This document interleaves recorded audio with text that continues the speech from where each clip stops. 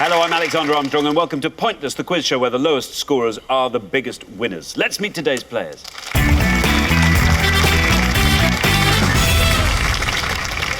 We welcome back John and Kathy as our first pair on the show today. You were on the show last time. Everyone gets two chances, you see, to reach the Pointless final, and this is their last chance. Remind us what happened. Well, we're products of the Welsh comprehensive system, and we got a question about the English public school system. It was a disgrace. I have already written to my MP. You didn't do badly, though. Got to the head-to-head. You did incredibly well in the head-to-head. First time round the track. So have you read any more novels since we last met? I haven't read any since we've last met, but I've read all the posters I've seen and the underneath of people's shoes and just the usual sort of stuff. Oh, I see. So this is verging on obsessive, the Yes, reading yes, it thing. is. I see. But Kathy, you should be heavily tattooed. That would be my advice. How do you know I'm not? That's a very good question. That's a very deft reply. Look at that. Yeah, that's like you've been asked that before. But you could tattoo all sorts of things, and then you'd always have something to read. John, what would you like to see come up this afternoon? Oh, Peter Gabriel songs. You kept that very quiet last time round. Well... Peter Gabriel songs. Yeah. He doesn't do that many, though, does he? Well, that's why I wanted to come up, yeah. Welcome back. Great to have you back on the show. Next, we welcome Roger and Christy. Now, how do you two know each other? Well, we're married. We've been married for almost 30 years. Many, many congratulations. And Christine, what do you do? I'm a legal secretary. And Roger, how about you? I'm retired recently. Have you taken up anything since retiring? No, I haven't had time yet. I'm still doing all the jobs that I've been putting off for the last 30 years. Yes. Were there any things that you thought you might take up? Yeah, I used to fish when I was a boy. And I thought I might take that up again. Well, I think should you win the jackpot today, maybe your first stop should be at a fishing shop. Maybe. That's a pretty decent idea. I think they're very good. Thank you. I'm a great believer in buying all the kit, all the kit, long before you ever start doing anything. Even if you then never, ever actually take that particular thing up. And what would you like to see come up this afternoon, Roger? What would be a great category for you? Pop music, as long as it's not anything in the last 25, 30 years. Christine, anything you particularly love to see? Yeah, I like history. I read a lot of historical novels, so, things like that. Well, we will see. Good luck. Let's hope some of these things come up for you. But great to have you on the show. Welcome. Thank you. Next, we welcome Leanne and Vicky. Now, how do you two know each other? We're cousins. We're from Birmingham. Our mums are sisters, so we've been brought up really close together and we're like sisters ourselves. Very good indeed. What do you do, Leanne? I'm a secretary for a estate agency that sells licensed premises. So, a lot of pub visits. Sadly not for me, no. The agent, really? so I'm just a secretary. Yeah. Vicky, how about you? I work for a recruitment company. I'm a team leader, so very busy. OK. What would you like to see come up this afternoon? TV, films, anything sort of reality TV, celebrities, that would be great. OK. Leanne? Cheesy 80s music, I think. Cheesy would be, 80s yeah. music. Anything you'd hate to see come up, Vicky? Politics, sport, anything like that. OK. That's going to be awkward. OK, well, very, very best of luck to you. It's great to have you here. And finally, we welcome back Dean and Michelle. You were also on the last show. This is your second chance to reach the final. Remind us how you did. Well, we went out in the second round on a music question. Yes. We didn't do that bad. The contestants were just a little bit better. Oh, dear. So what are you hoping this time round is going to come up? Reality TV or celebrities or films. OK, everybody wants television and films. Dean, what are your hobbies? I like going to the movies, playing badminton. I used to play for a pro paintball team when I was a bit younger and fitter. A pro paintball team? Yes. What, you get paid to play paintball? In paint. And in return, you were sort of televised? Or sometimes. We once won the World 5-Man Championship as well. Who do we beat? The Germans? Say the Germans. No, it wasn't the Germans. The Russians, I think. I think it was the Russians in the final. That's better than beating Lithuania at Laser Quest. Or Eurovision. Oh, man, you will never beat Lithuania at Laser Quest. Never going to happen. Anyway, it's great to have you back on the Thank show, you. and let's hope we see more of you this time. We'll find out more about all of you throughout the show. There's only one person left for me to introduce. He's a card-carrying member of the NUPF, the National Union of Pointless Friends. He's my pointless friend. He's Richard. Oh, yeah.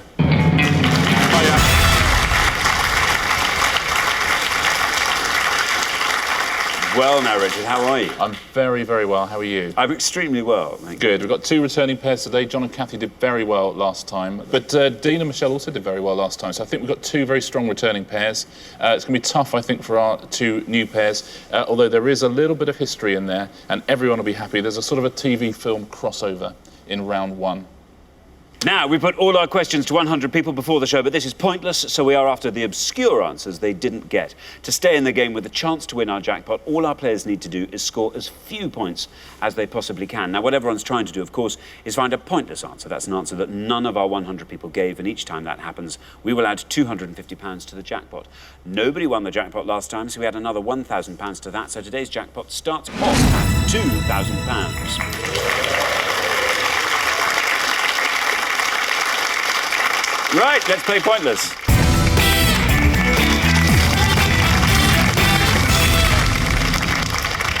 Now, in the first round, each of you must give me one answer, and you cannot confer with your partner. Whichever team has the highest score at the end of the round will be eliminated. OK, our first category this afternoon is animation.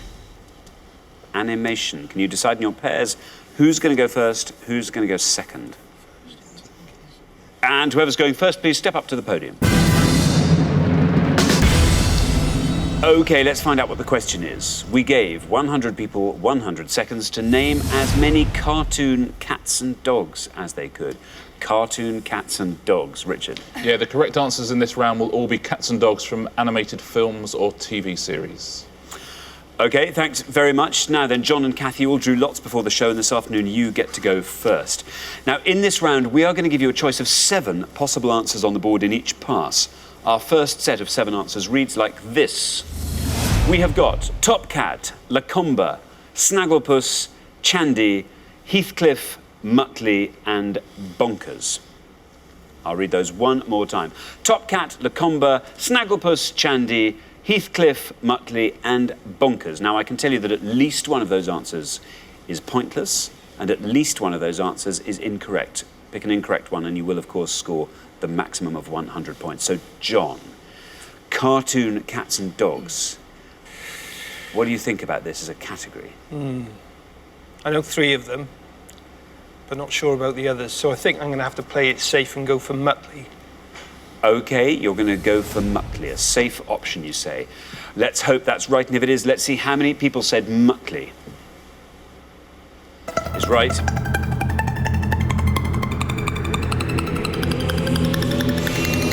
Very well done, 13. That's a great score for Muttley. Richard? Yeah, well played, John. Muttley was Dick Dastardly's sidekick, first appeared in Wacky Races, voiced by Don Messick, who also voiced Scooby-Doo. Do that Scooby-Doo impression you always do for us. Oh, it's hilarious. You're gonna like this. Oh dear, oh dear. Come on. No, I've never done one before. I'm not going to start now.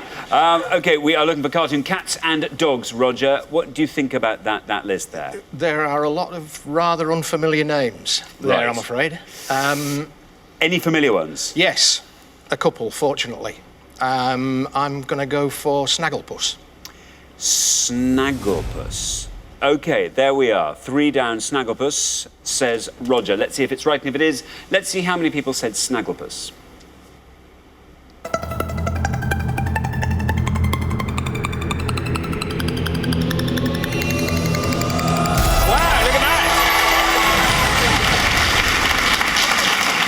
Roger, very well done. That's a pointless answer. It adds £250 to today's jackpot, takes the total up to £2,250. Most importantly, it scores you nothing. Very well done. Richard, Snagglepuss, there's a clue in the name. I can't believe it. No person said Snagglepuss. No person said Snagglepuss at all, no. Created in 1959. It's a pink mountain lion, Snagglepuss, created by Hanna-Barbera.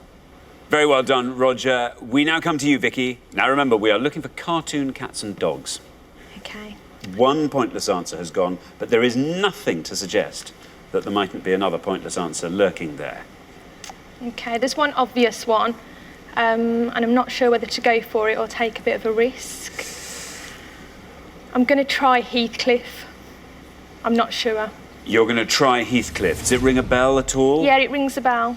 What do you think, Leanne? I think that's okay. OK, you have your cousin's blessing. Thank you. Heathcliff, you say. Let's see if it's right, and if it is, let's see how many people said Heathcliff. Good luck. Yes! Very well done, Vicky. Oh, very well done. 5 points for Heathcliff. That's a great answer. Richard. Yeah, well done, Vicky. Heathcliff from the Heathcliff and Dingbat show. He's voiced by Mel Blanc, who did Bugs Bunny and Daffy Duck. Very good, thank you. Michelle, you're the last person to have this list of cartoon cats and dogs. What are you thinking? Well, I'm thinking that because Top Cat has the word cat in it, that it'll probably be quite high. So, even though I don't know any of the other ones, I think I'm just going to take a punt. So, I'll go for Lacombe. Lacombe. Fingers crossed, yeah. OK, Lacombe. That's what Michelle has gone for. Let's see if it's right, and if it is, let's see how many people said Lacombe. Very best of luck, Michelle. Oh, no! Unfortunately, Lacombe is an incorrect answer, which means you score the maximum of 100 points. I'm sorry, Richard. Yeah, sorry, Michelle. Ray Lacombe was a Welsh electrician nicknamed the Cat by the media when he reportedly died and came back to life 9 times. OK. Yeah. Let's take a look through the rest of the board and see what you should have said. Yeah, I mean, Top Cat, absolutely, it's the right answer. It was a fairly hefty score, though, with 56. You should have said Bonkers. Bonkers is a pointless answer. Bonkers D. Bobcat of the Toon division of the Hollywood Police Force. And Chandy is, do you think that's incorrect or a pointless answer? I'm going to say incorrect. You are right. Chandy was there. So the dancing dog from the 2010 Britain's Got Talent finals. Tina and Chandy. So it's a real dog. OK, well, let's take a look at the scores. We're halfway through the round. What a spread we have. Everything from Roger and Christine on nothing, right the way up via Vicky and Leanne on 5, John and Kathy on 13, to Michelle and Dean on 100. It's a wide field. OK, we're going to come back down the line. Can the second players please take their places at the podium? OK, we're going to put 7 more answers on the board. We are looking for cartoon cats and dogs, and here we have got Custard, Pilchard, Garfield, Droopy, Tom, Misty Malarkey, Santa's Little Helper. I'll read them one more time. Custard, Pilchard, Garfield, Droopy, Tom, Misty Malarkey, and Santa's Little Helper. And again, I can tell you that at least one of those answers is pointless, and at least one of those answers is incorrect. Pick an incorrect one and you'll score 100 points. So, Dean, you're the high scorers on 100 by a long way. Your nearest rivals are Kathy and John on 13. Now remember, we are looking for cartoon cats and dogs. OK, I'm going to have to take a wild stab. I know a few of them, but I think they're going to be quite high. I'm going to go for Misty Malarkey. Michelle likes that. It's a wild guess. Misty Malarkey's a wild guess. Let's hope it's correct. And if it is correct, let's see how many people said it. Misty Malarkey, no red line for you, obviously. You are the high scorers. Oh, dear. Oh, bad luck. Bad luck, bad luck. Unfortunately, that is an incorrect answer, which means you score the maximum of 100 points, taking your total up to an unbeatable, but rather impressive 200. Richard. Yeah, sorry, Dean. Misty Malarkey Yin Yang is the name of a cat who used to live in the White House, Jimmy Carter's daughter. I mean, just the longest named pet ever to live in the White House. Misty Malarkey In case you were wondering about the answer to that question. She's sitting at home thinking, I wonder what the longest named pet who ever lived in the White House was. It was Misty Malarkey Yin Yang. OK, Leanne, the great news is Dean and Michelle, I'm afraid, are such high scorers that nobody else will overtake their high score, so they will be leaving us at the end of this round, which means everybody else has free swim. Now remember, we are looking for cartoon cats and dogs. Let's see if we can't truffle out those pointless answers and add some more money to the jackpot.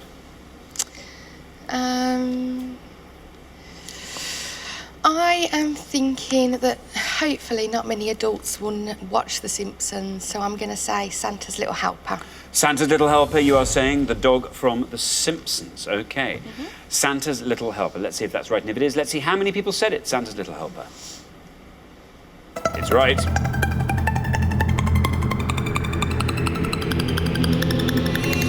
17. 17, that scored you, taking your total up to 22. Richard. Yeah, good answer, Leanne. Santa's Little Helper is a greyhound who's adopted by Bart Simpson. There we are. Now, Christine, you are on nothing, thanks to Roger's brilliant Snagglepuss answer in the first pass. Now, as I said to Leanne, doesn't matter what you score. Right, well, I'm not 100% sure, but I think I'm going to go for custard. OK, you're saying custard. Let's see if that's right. And if it is, let's see how many people said custard. 3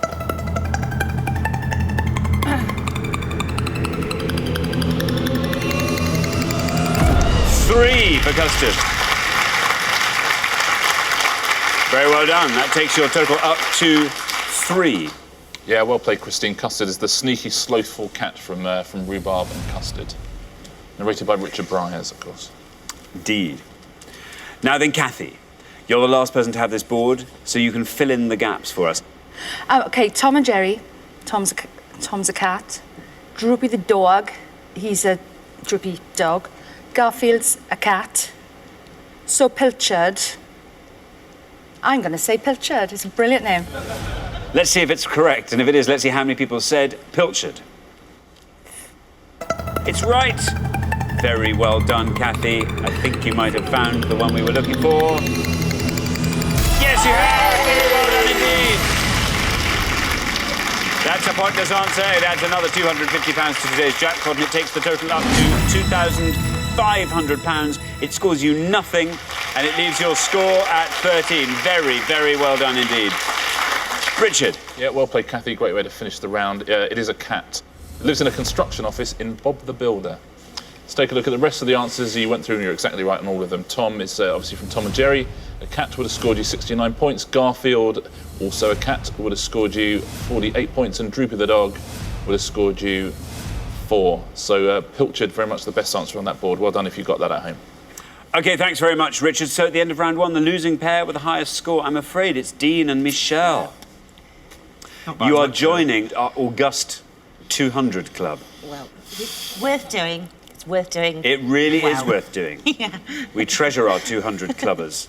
It's been fabulous having you back on the show. I can't believe we have to say goodbye to you at the end of this first round. This seems unjust. But if you're going to give answers like Misty, Malarkey and Lacombe... What do you expect? What can we expect? Yeah. Dear, oh dear. But you have been brilliant contestants. So thank you so much for playing, Dean and Michelle. Fantastic. But for the remaining 3 pairs, it's now time for round 2.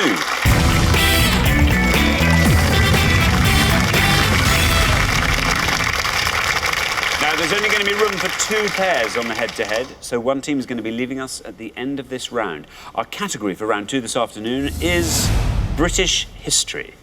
British history. Can you all decide in your pairs who's going to go first, who's going to go second? You guys go first. And whoever's going first, please step up to the podium.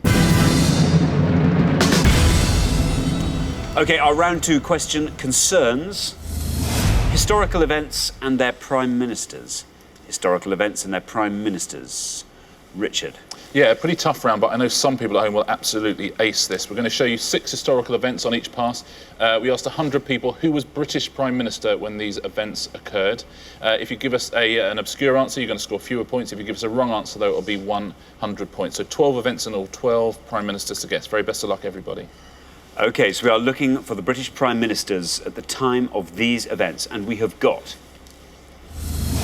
Mandela elected President of South Africa, Barack Obama sworn in as US President, introduction of the state pension, Edward VIII abdication crisis, Suez crisis, Britain declares war on Nazi Germany. I'll read those historical events out one more time. Mandela elected President of South Africa, Barack Obama sworn in as US President, introduction of the state pension, Edward VIII abdication crisis, Suez crisis, Britain declares war on Nazi Germany. There we are. There are our historical events. We just need you, John, to start off by supplying the most obscure Prime Minister you can find from one of those events. There's a few I'm not sure on. I'm not 100% sure on the answer I'm going to give, but I'm going to go for Mandela, elected president of South Africa, and I'm going to say John Major. John Major, you are saying for Mandela's election as the South African president. Let's see if that's right, and if it is, let's see how many people knew that answer. Mandela, John Major. It's right.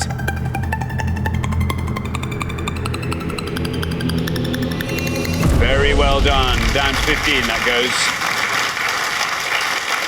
Looks like a pretty decent score to me. Richard? Yeah, very well played, John. Very good start to the round. Exactly right. Christine? There's a couple. I'm going to go a little bit further back, I think, and I'm going for the Suez Crisis, and I think it was Anthony Eden. Anthony Eden, you are saying for the Suez Crisis. Let's see if that's right, and if it is, let's see how many people knew that answer. Anthony Eden, Suez. It's right.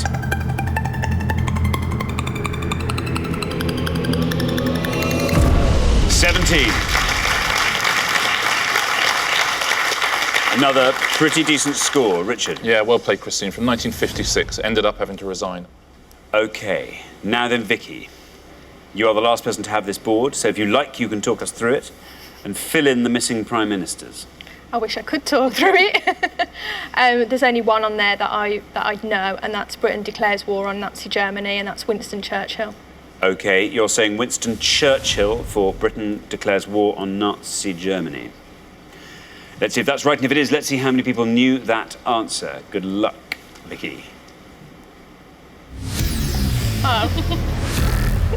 Oh, bad luck. I'm afraid Winston Churchill is an incorrect answer for that, which I'm afraid means you score the maximum of 100 points. I'm sorry, Richard. Yeah, sorry, Vicky. Let's fill in the rest of the board. We'll start off with that one if you want. Britain declares war on Nazi Germany was Neville Chamberlain. Would have scored you 16 points. Barack Obama, sworn as US President, Gordon Brown, of course. That would have scored 42 points. Edward VIII abdication crisis was Stanley Baldwin. Would have scored you 1, which is a good answer. And introduction to the state pension is a pointless answer. Very well done at home if you said Herbert Asquith. 1908, that was. So that's the best answer on the board, and very well done if you got all 6 of them. Thank you very much, Richard. OK, let's take a look at the scores at this early stage. John and Kathy, you are on 15, as it turns out, the best score of the past. Then up to 17 for Christine and Roger. And then way, way up to 100, I'm afraid, for Vicky and Leanne. So yes, Leanne, we need some great historical pointless knowledge from you in the next pass to save your bacon for the next round. OK, we're going to come back down the line. Can the second players please take their places at the podium? OK, we're going to put 6 more events on the board, and here they are. We have got Falklands War, World War I armistice signed, Profumo scandal, VE Day, repeal of the Corn Laws, Elizabeth II's Golden Jubilee. I'll read those all one more time. Falklands War, World War I armistice signed, Profumo scandal, VE Day, repeal of the Corn Laws, Elizabeth II's Golden Jubilee. Now remember, we are looking for the prime ministers who were around at the time of these events. And you're trying to find the most obscure one, the one that the fewest of our 100 people knew. Now, Leanne, what's that board look like to you? Pretty bad. My history's not very good. I'm struggling a bit, but I'm gonna take a guess and say the Falklands War and Margaret Thatcher. Falklands War, Margaret Thatcher, you're saying? Let's see if that's right, and if it is, let's see how many people said it. You are the high scorers on 100, so there's no red line for you, I'm afraid. You just have to hope you're going to score as few points as possible. Falklands War, Margaret Thatcher. Is it right? How many people said it? Yes, it's right. 66. I'm afraid that is... That's a very high score, and it takes your total up to 166, which I'm afraid to say is an unbeatable high score. Richard? Yeah, high score. Correct answer, though. From 1982, the Falklands conflict started. Well done. Thanks very much, Richard. Now then, Roger. Remember, we are looking for the British Prime Ministers at the time of these events. What are you thinking? The high scorers, Leanne and Vicky, on 166. You're through to the head-to-head, whatever happens. I'm thinking that's very fortunate. OK. Yeah, I don't know any of those, to be honest. But I know about when the Profumo scandal was, and that might have been Alec Douglas Hume. Alec Douglas Hume, you are saying. No red line for you. You're through already to the next round. Alec Douglas Hume, is that right for the Profumo scandal? And if it is, let's see how many people said it. Oh, I thought that was right. Unfortunately, as it turns out, it's wrong, which means I'm afraid you scored the maximum of 100 points, but it doesn't matter. You're through anyway. 117 is your total. Richard? Yeah, sorry, Roger. I won't give you the answer now, just in case Kathy wants to go at the same one. Kathy. Remember, we are looking for the British Prime Ministers at the time of these events. Again, high scorers, 166, Leanne and Vicky. You're through, whatever happens. I'm going to try the Profumo scandal because it stood out in my mind, and I think it was Harold Wilson. Harold Wilson, you are saying Profumo scandal. Let's see if that's right, and if it is, let's see how many people knew that answer.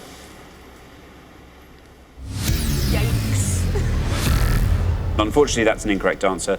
Scores you the maximum of 100 points. Takes your total to 115. Richard? Yeah, the good news for John Profumo is his scandal appears to have been forgotten.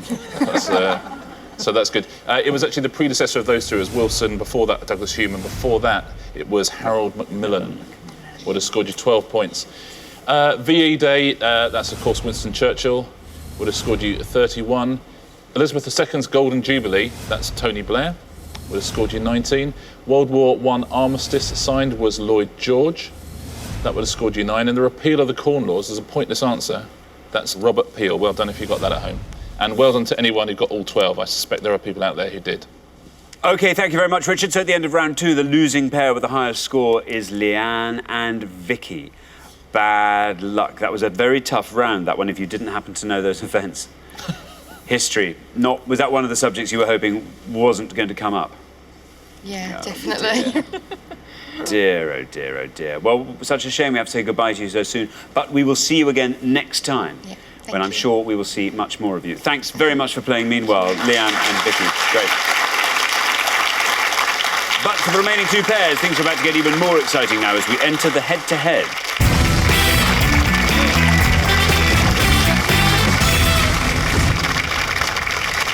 Very, very well done. Roger and Christine, John and Kathy, you've made it through to the head-to-head round. Now, obviously, only one pair can make it through to today's final and play for the jackpot, which currently stands at £2,500. Now, for each question, each pair needs to give me just one answer, but you are now allowed to confer. All you have to do is come up with an answer that scores less than the other pair, and you will win that question. The first pair to win 2 questions will be playing for today's jackpot. Let's play Pointless.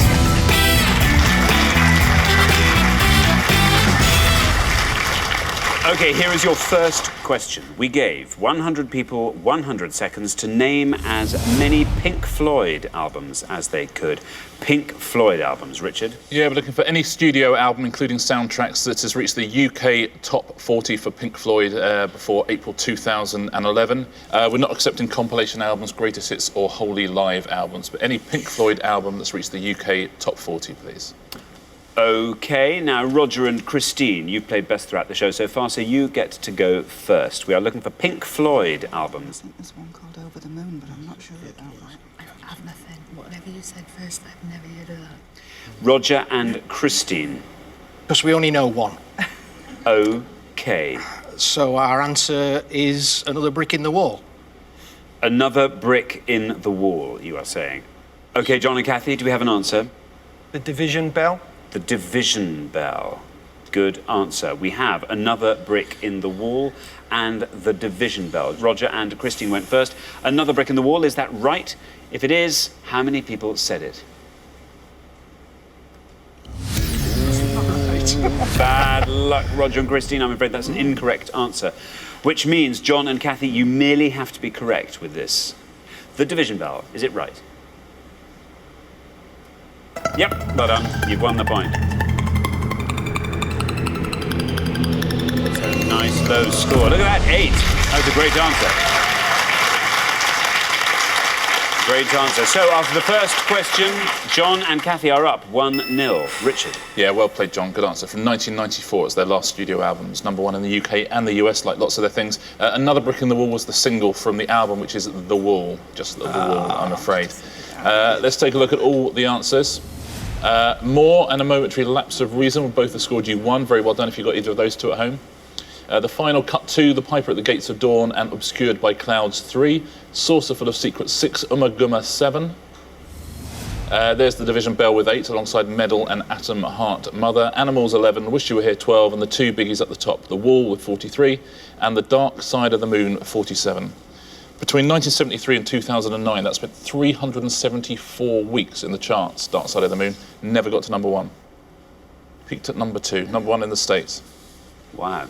OK, here is your second question. Roger and Christine, you have to win this question to stay in the game. Here it comes. We gave 100 people 100 seconds to name as many River Nile countries as they could. River Nile countries. OK, Richard. Yeah, we're looking for any country that contains any part of the Nile, that's the river basin or any of its main tributaries, please. OK, now John and Kathy, you get to answer first this time. Yeah, that's about all I know for definite.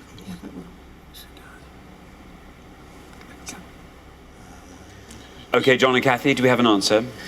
We're going to try Somalia. Somalia. OK, Somalia, you are saying? Roger and Christine. Don't know. We'll try Kenya. Kenya. OK, so we have Somalia and we have Kenya. John and Kathy have gone for Somalia. Let's see if that's right, and if it is, let's see how many people said Somalia. Oh! Somalia, an incorrect answer, which means, Roger and Christine, you only have to be right to win this question. You've said Kenya. Let's see if that's right, and if it is, let's see how many people said Kenya. It's right. That's all it had to be.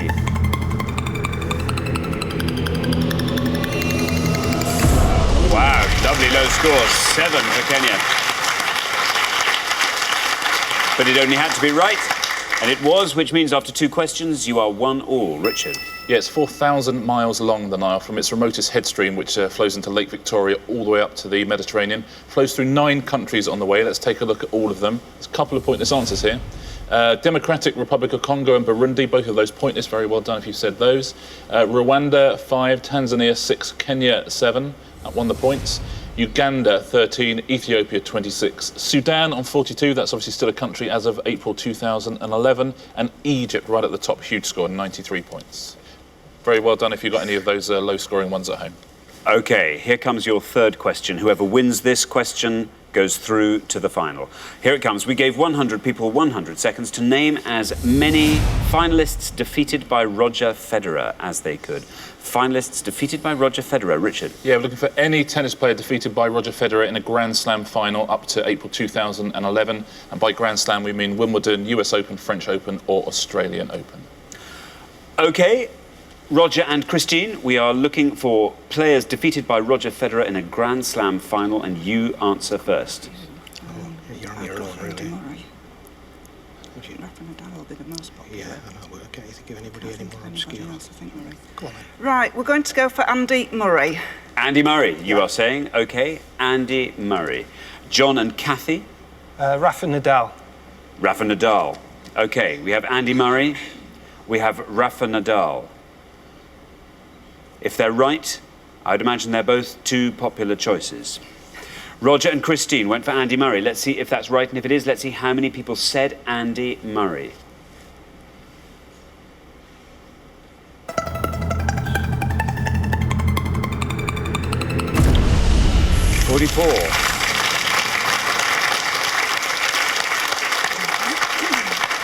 $44.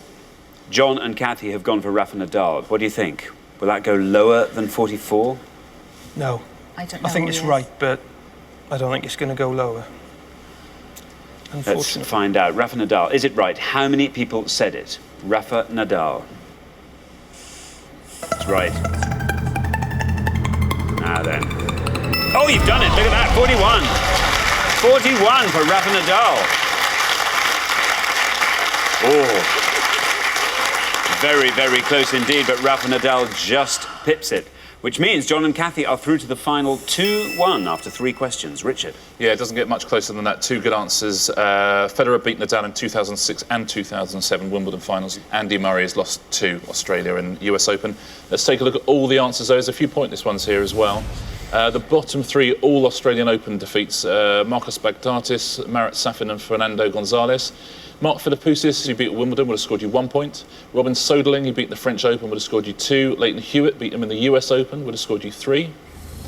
There's Andy Roddick, he's beaten him in 4 Grand Slam finals. Roddick would have scored you 8. Andre Agassi beat at the US Open for 11. Novak Djokovic would have scored you 12 points. He beat him in the 2007 US Open. Rafa Nadal, 41 points, and Andy Murray up the top there in 44. Well played, guys. Good head-to-head from everybody.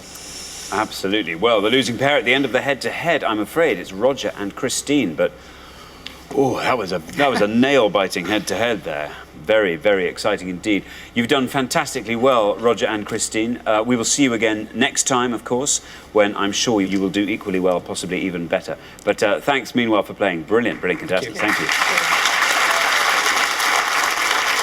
But for John and Kathy, it's now time for our pointless final and the chance to win our jackpot of £2,500.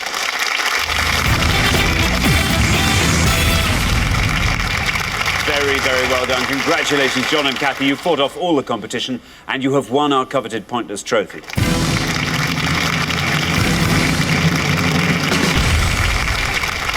You now, however, have a chance to win our pointless jackpot. And at the end of today's show, the jackpot stands at £2,500. Now, the rules are very simple. To win that money, all you have to do is find a pointless answer. That's an answer that none of our 100 people gave. Now, we've had 2 pointless answers on the show today. In fact, Kathy, you gave us one of those with pilchard in round 1. You only need to find one more now, one more pointless answer, and you will go home with that money. First, though, you've got to choose a category, and you can choose from these 3 options. They are style icons, spy fiction, composers. Style icons, spy fiction, composers. Right, composers, limited knowledge, spy fiction, Limited knowledge. and style icons. What's a style icon? Oh, I don't know, could be anything, couldn't it? Architecture or fashion or... Yeah, let's go for style icons. Okay. By a process of elimination, style icons it has to be. OK, let's find out what the question is. We gave 100 people 100 seconds to name as many British Vogue's best-dressed women of 2010 as they could. British Vogue's best-dressed women of 2010. Richard? Yeah, we're looking for any woman named in British Vogue's list of the 20 best-dressed women of 2010. That list announced in December 2010. OK, you now have up to 1 minute to come up with 3 answers, and all you need to win that £2,500 is for just one of those answers to be pointless. Your 60 seconds start now. OK, Yomni. Also popular. What about Sarah Jessica Parker? They love her, don't they? OK, yeah. Any British politicians you can think of? Tess Daly, maybe, somebody like that. Sportswomen. Cheryl Cole. Not best dressed. Well, Jordan's not going to be on there. You've seen the red carpet photographs. Who else? Oh, the woman who's in Orlando. The actress. Oh, I don't Tilda know. Swinton. Yes. Tilda Swinton. Gwyneth Paltrow. Blimey. OK, there's a bunch there. What about It Girls, Society Girls? I don't know any. Pippa Middleton. Pippa Middleton, excellent. OK, we'll go for her. Was it 5 really seconds. for her? Was it before the wedding? Yes, it was. Yeah, it was before the wedding, so... OK, well, there is your minute up. I now need your 3 answers. We were looking for British Vogue's best-dressed women of 2010. Tilda Swinton. Tilda Swinton. Sarah Jessica Parker. Sarah Jessica Parker. Tess Daly. Tess Daly. OK, thank you very much. Of those 3, which do you think is your best shot at a pointless answer? Tilda Swinton. Tilda Swinton. We put her last. We like her. Which is your least likely? Tess Daly or Sarah Jessica Parker? Tess Daly. Tess Daly. Tess Daly. OK, we will put them up in that order. And here they are. Tess Daly, Sarah Jessica Parker, and Tilda Swinton. There they are. We were looking for women named in British Vogue's best dressed list of 2010. You said this was your least confident answer. You only have to find one pointless answer to win that £2,500 jackpot. Let's see if Tess Daly is right. And if it is, let's see how many people said it. Tess Daly. No. Unfortunately, Tess Daly is not a pointless answer, not a correct answer.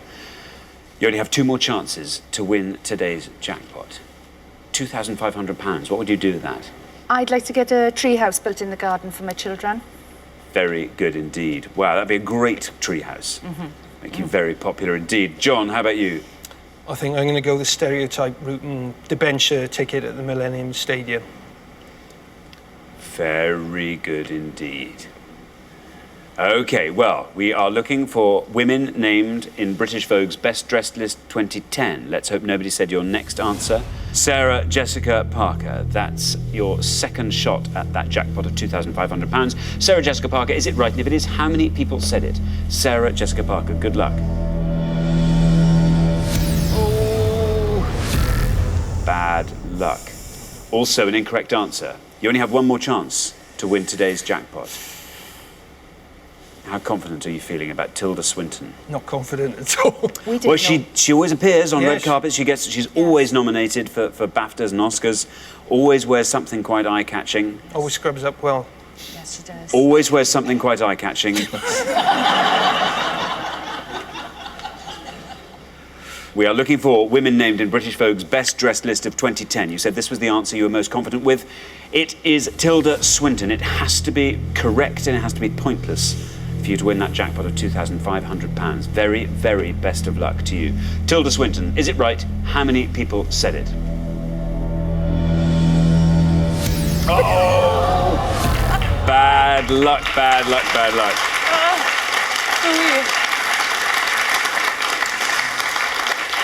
Well, that was a very, very tough category, and unfortunately you didn't manage to find that all-important pointless answer, so I'm afraid you don't win today's jackpot of £2,500, which rolls over onto the next show. But you have been fantastic contestants, and you do, of course, get to take home our pointless trophy, so well done.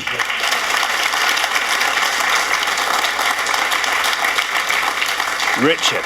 Yeah, that is unlucky, John and Kathy. You played so well across two shows, a tough finishing category. Lots of big names on the list that weren't pointless. There's Victoria Beckham, Kate Moss, Lady Gaga, Keira Knightley, Kate Winslet. But there are a load of pointless answers as well, some of which are possibly guessable, I think. See how well you did at home. Let's take a look at some of them. Carey Mulligan, the Oscar-nominated actress, she was there. Edie Campbell, model, and Elisa Sednaoui. That's how you pronounce it. She's also a model. Josephine de la Baume, also a model. Lara Stone, who married David Williams. She was a pointless answer. Michelle Obama, one of the women on the list, she was pointless. Michelle Williams, the actress. Olivia Palermo, the model. And Rosie Huntington-Whiteley, the model and more recently actress. All of those pointless. Very well done if you said any of those at home. Did you know any of those? Michelle Obama. Yeah, that's the only one. That's about the only one. Yeah. I didn't know what a style icon was, at least I know now. There he is. Yeah. Was he not on the list? Oh, he's women, wasn't he? Women. And even then, I nearly got on. Well, unfortunately, we do have to say goodbye to you, John and Kathy, but it's been brilliant having you on the show. Thank you both so much for playing. Excellent contestants. Thank you. Nobody's won our jackpot today, so it rolls over, which means on the next show we will be playing for £3,500. Join us then to see if someone can win it. Meanwhile, it's goodbye from Richard. Goodbye. And it's goodbye from me. Goodbye.